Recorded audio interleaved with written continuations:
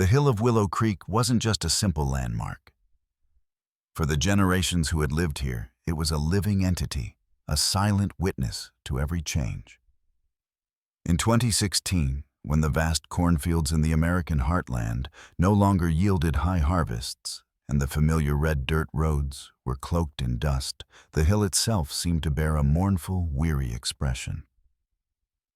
At its base, old wooden houses huddled together, like lives struggling to survive.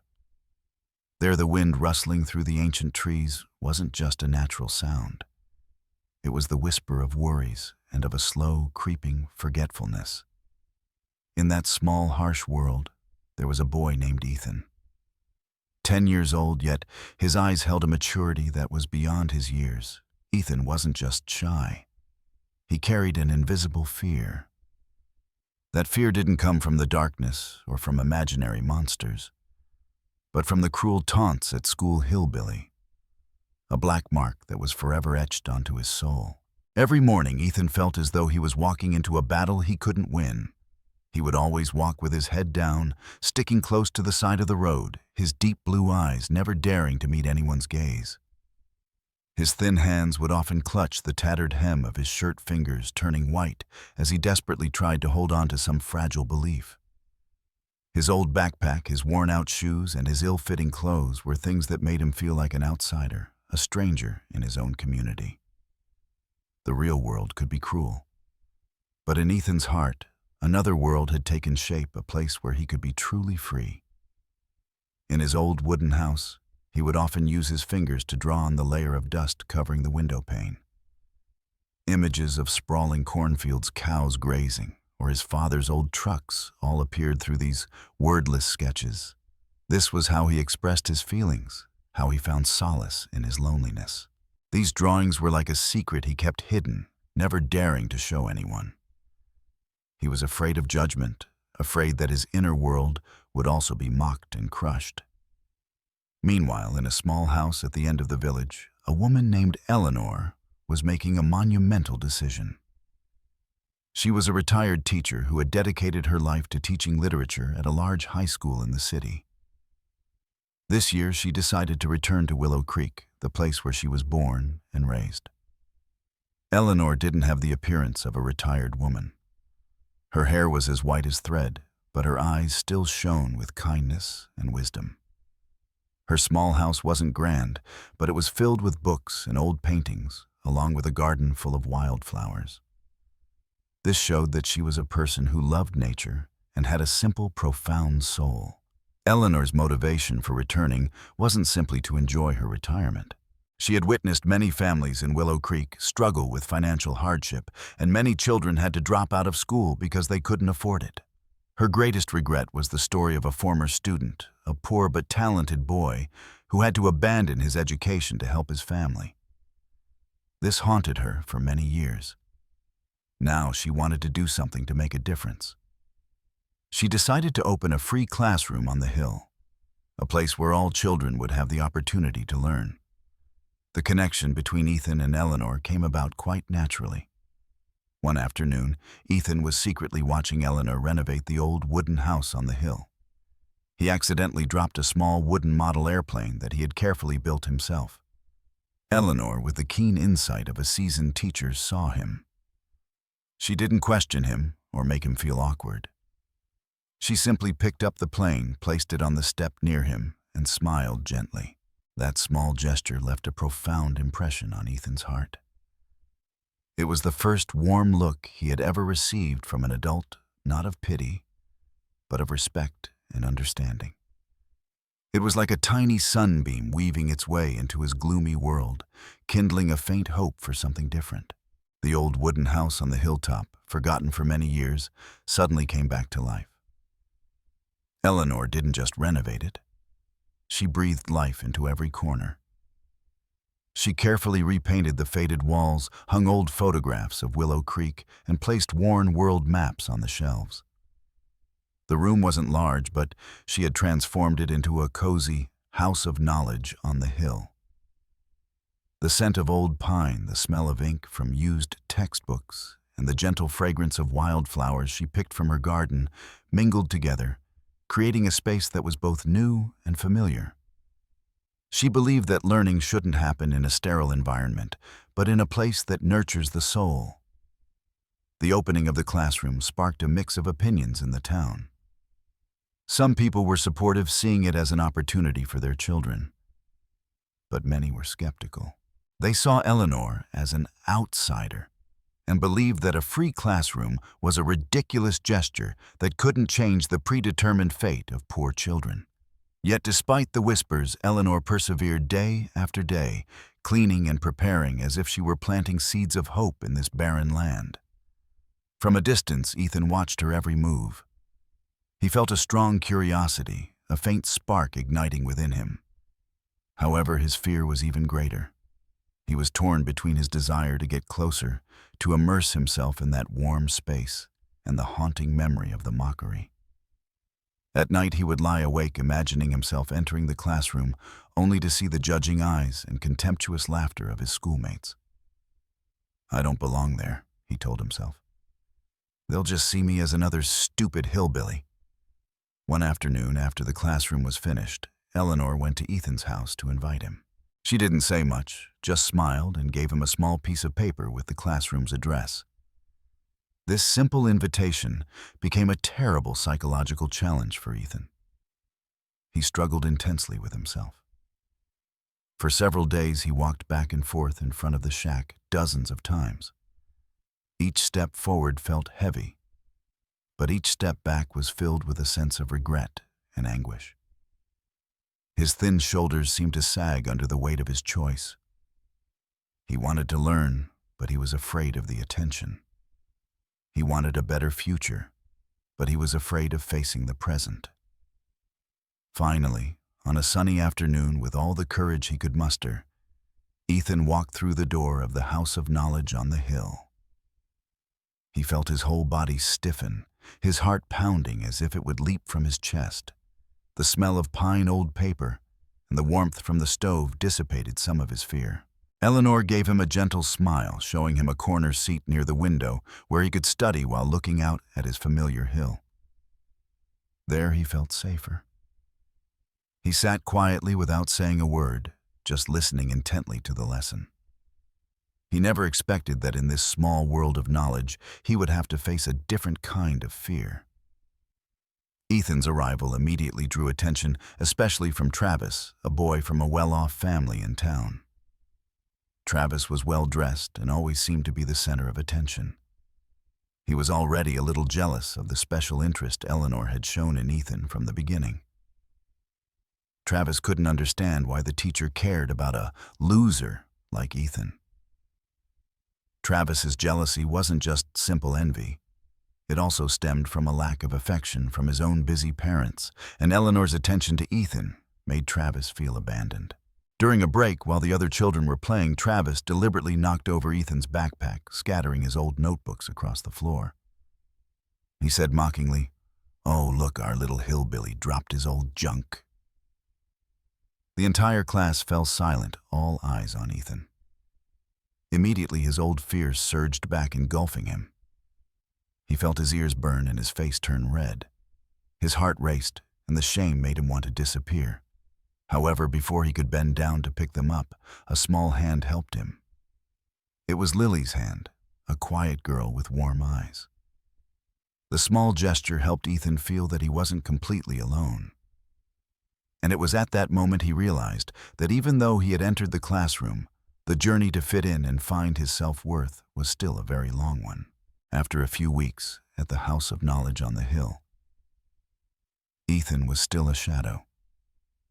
He always sat in a hidden corner trying to make himself as invisible as possible. He didn't answer questions or participate in group activities. His existence was so quiet that at times it seemed only Eleanor truly noticed him. She didn't pressure or rush him. She just observed him quietly, and it was this very patience that helped her discover something special. One afternoon, as she was walking around the room, Eleanor happened to see Ethan carefully doodling on the margin of his old math book. He wasn't drawing numbers or geometric shapes, but a picture of a sprawling cornfield with leaves being blown away by the wind. The drawing was simple, yet full of emotion and life. She didn't scold him or show surprise. She just stood there watching silently, like a mother discovering a child's small secret. She realized that within the thin fingers of this shy boy, another world was waiting to be revealed. That afternoon, after everyone had left, Eleanor called Ethan over. His heart pounded with fear and his head hung low. He thought she would scold him for drawing in a book, but she didn't. Instead, she handed him an old sketchbook and a box of pencils, the kind you could erase. The gift wasn't of great material value, but to Ethan it was a treasure. "You can draw anything you want, Ethan," she said with a kind smile. "No one is allowed to judge, and you don't need to be afraid." Ethan took the gift with trembling hands. He couldn't believe his eyes. For so many years he had only dared to draw in secret, afraid that his talent would be seen as meaningless, childish play. Now someone had trusted him and given him the tools to turn his thoughts into images. That night, Ethan couldn't sleep. He didn't rush to draw. He just quietly ran his fingers over each pencil, feeling the smoothness of the paper. The sketchbook wasn't just a gift. It was a key that opened the door to his inner world. Ethan's first drawing wasn't a beautiful one. It might have been the image of a small sparrow caught in a barbed wire fence, or a crushed wildflower on a red dirt road. These pictures weren't just art. They were the boy's inner voice, his pain, his loneliness, and his longing for freedom. Each stroke was a tear, a sigh he couldn't put into words. Eleanor was the only one who understood their profound meaning. When she looked at Ethan's drawings, she understood that he didn't just draw what he saw, but what he felt. It was a wordless empathy, an invisible thread connecting two souls. Ethan's change couldn't escape Travis's notice. One day, Travis secretly took Ethan's sketchbook and began to mock his sad and boring drawings. "Look at this.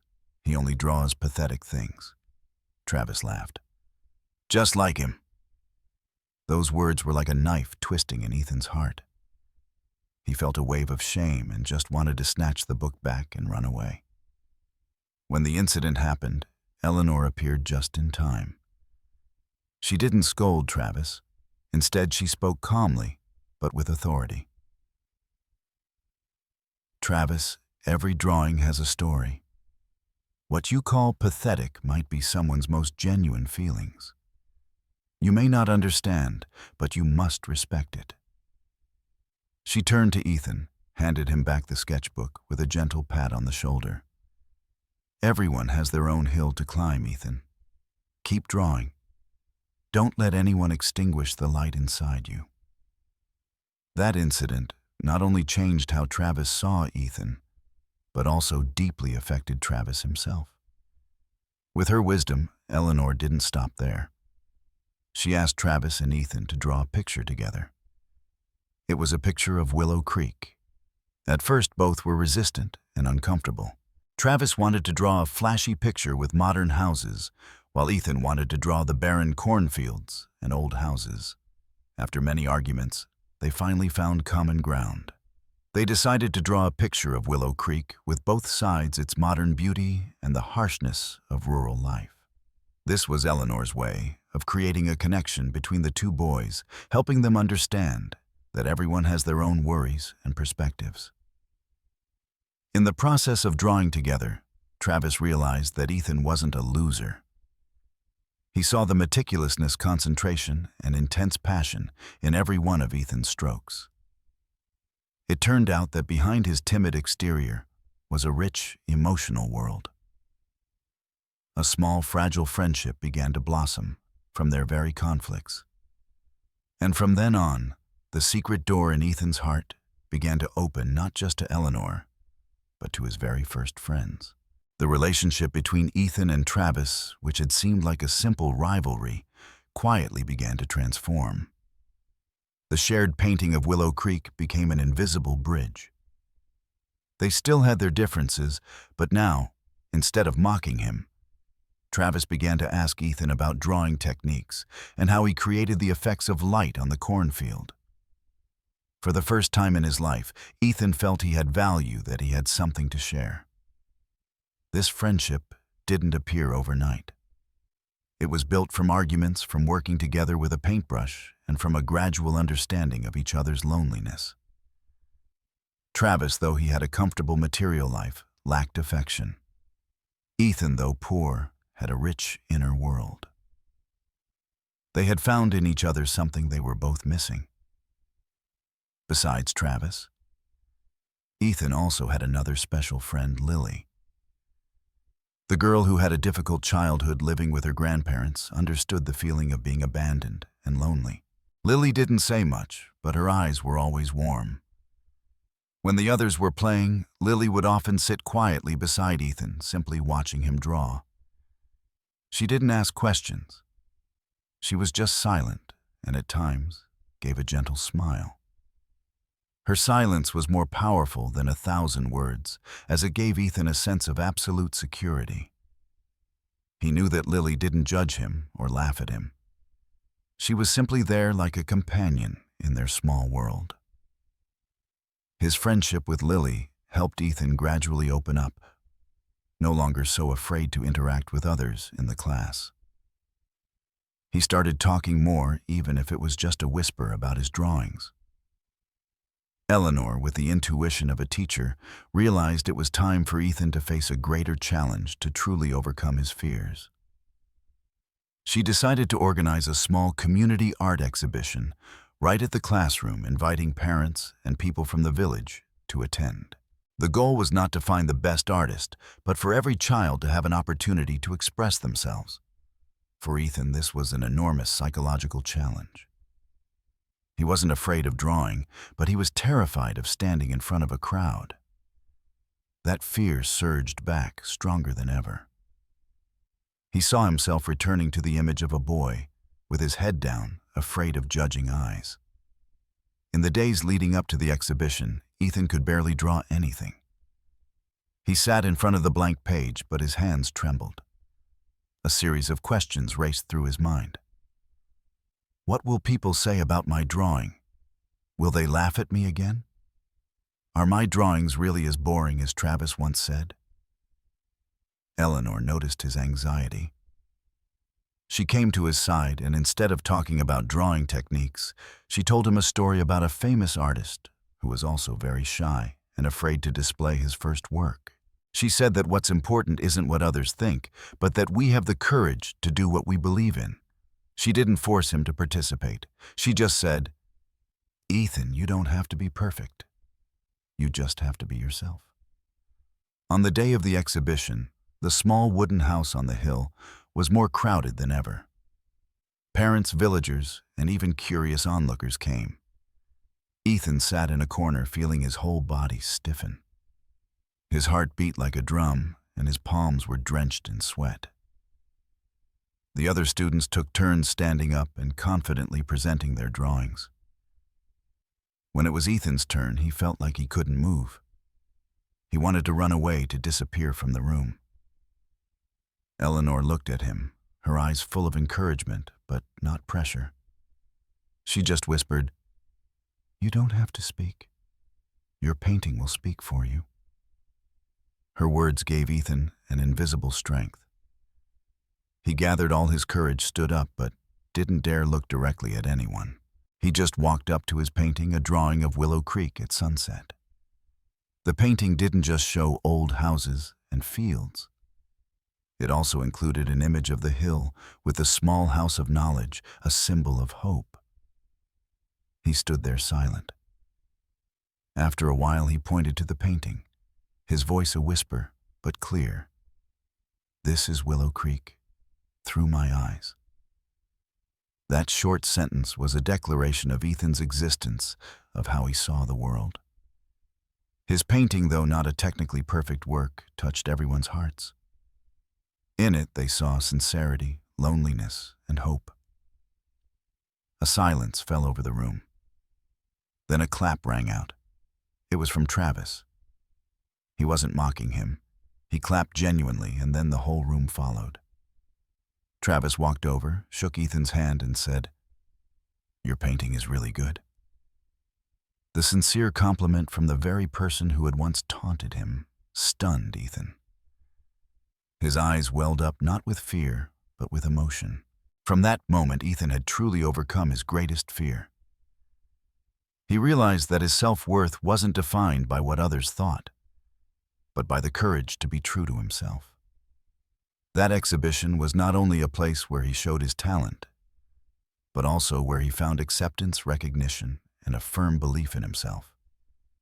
The hill was no longer just a place for him to hide, but a place where he found the light to shine. After the successful exhibition on the hill, Ethan's life took a noticeable turn. He was no longer the shy, withdrawn shadow. Now, he was more confident, talked more with Lily, and even joked around with Travis. The hill was not only where he found friendship, but also where he found his own voice. His paintings were no longer just hidden sorrows, but joys and hopes expressed through every brushstroke. One autumn morning, as the maple leaves began to turn a brilliant red, Eleanor brought a notice to class.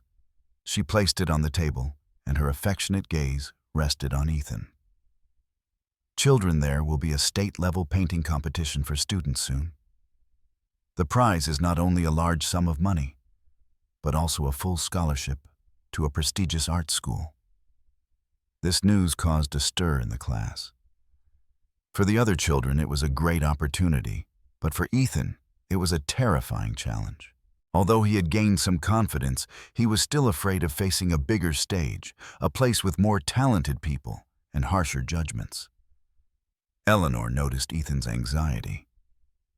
She didn't force him, but gently said, "Ethan, you've been painting for yourself. Now paint for this hill."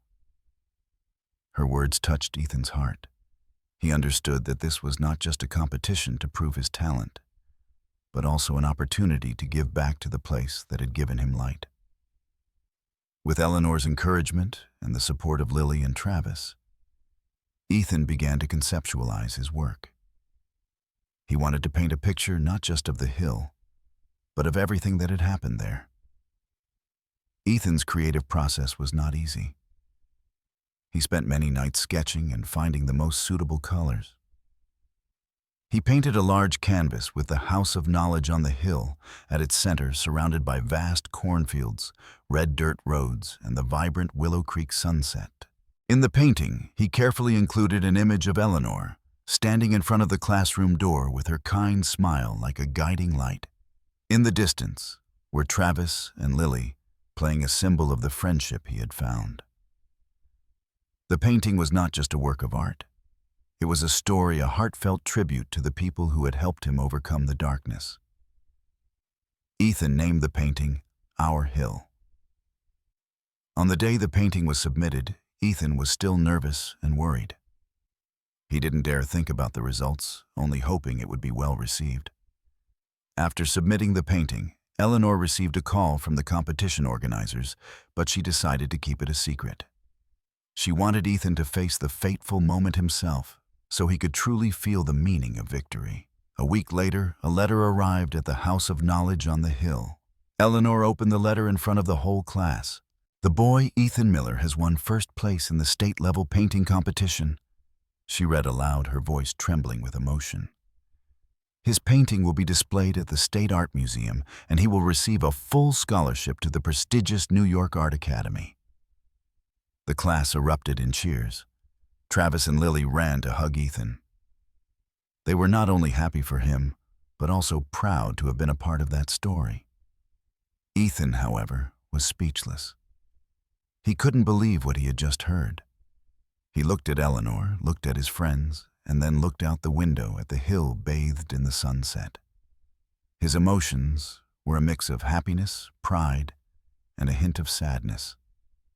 He knew that his life was about to change, but that also meant he had to leave the hill and the people who had given him light. The emotional moment of farewell finally arrived. Ethan packed his bags to go to the city. Before leaving, he went to visit Eleanor one last time. The classroom was still there with its old books and familiar smell of wood. Eleanor had prepared a small gift for him, a knitted woolen scarf she made herself, and inside was a pencil she had used for many years of teaching. "Draw your future, but don't forget to draw this hill again," she said, her voice catching. "This hill, the people here, and the lessons you've learned will always be a part of you." Ethan was at a loss for words. He hugged Eleanor tightly, feeling her warmth and boundless love. Her words were not a goodbye, but a promise, a message that no matter where he went, he would always have a place to return to. The bus rolled away, taking him far from Willow Creek. He looked back at the hill where the first light had been kindled, where he had found friendship and courage. He knew that no matter how big the world out there was, this hill would forever be his beginning, the light that guided his life. Life at the New York Art Academy opened up an entirely new world for Ethan. The boy from a poor rural town was now exposed to the most advanced art knowledge and techniques. At first he faced many difficulties.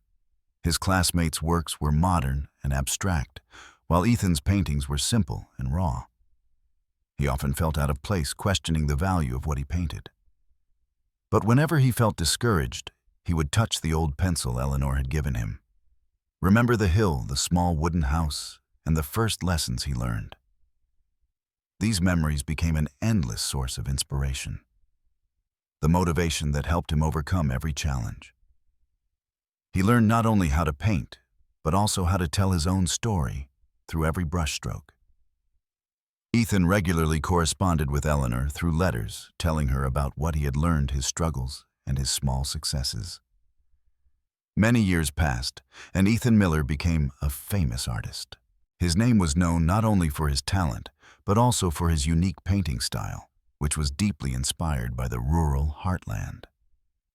His paintings weren't abstract works, but realistic emotional pieces about cornfields, red dirt roads, and the simple people who lived there. Art critics called him the painter of the heartland, a person who brought a new breath of fresh air to modern art. Ethan's first exhibition at a large gallery in downtown New York was a highly anticipated event. He named it Heartland, Where I Began. All the works on display were about Willow Creek and its people. The award-winning painting from years ago, Our Hill, was hung in the most prominent position. People came not only to praise Ethan's talent, but also to be moved by the story hidden behind each brushstroke. Every painting was a slice of life, a story of hardship, humanity, and hope. Ethan hadn't just painted a picture. He had painted all of his memories, and those memories had touched the hearts of thousands. One morning, Ethan returned to Willow Creek. This time, he didn't return as a shy, poor boy, but as a grown man, an acclaimed artist. The rented car took him past the familiar cornfields and the red dirt roads he had walked every day. He felt the change of time, but also realized that the core values of this place remained the same. He went to visit Eleanor, the woman who had nurtured his dreams. The wooden house on the hill was still there, but now it was beautifully renovated. Eleanor was still dedicated to her work, and her classroom had many new books and learning tools. When Ethan walked in, Eleanor wasn't surprised. She just smiled the same gentle smile as before. "I knew you'd come back," she said. They sat together talking about life. Ethan told her about his experiences, his successes, and his challenges. Eleanor listened, her eyes sparkling with pride. She was not just his teacher, but also his friend and family. Before leaving, Ethan quietly placed a new painting on Eleanor's table. This painting wasn't a piece for a large gallery. It was a special gift for her. It was a portrait of her standing on the familiar hill. Her hair was whiter than before, and the wrinkles on her face were deeper. But her eyes were still kind, and her smile was still radiant. Behind her was the vibrant sunset of the heartland, creating a warm halo. Ethan looked at her, his voice choked with emotion. I've come home, Eleanor. I took the light of this hill everywhere with me, and now I want to bring a little bit of my own light back to you." Tears welled up in Eleanor's eyes. She hugged her former student tightly, the boy who was once shy, now a famous artist and a man full of confidence. The story ends there, but the hope continues. Ethan returned not only to show his gratitude, but also to fulfill a promise. From long ago, he would come back to help other children to bring the light of art to souls that were still hiding. The hill of Willow Creek would forever be his beginning, a symbol of kindness, perseverance, and a light that never goes out.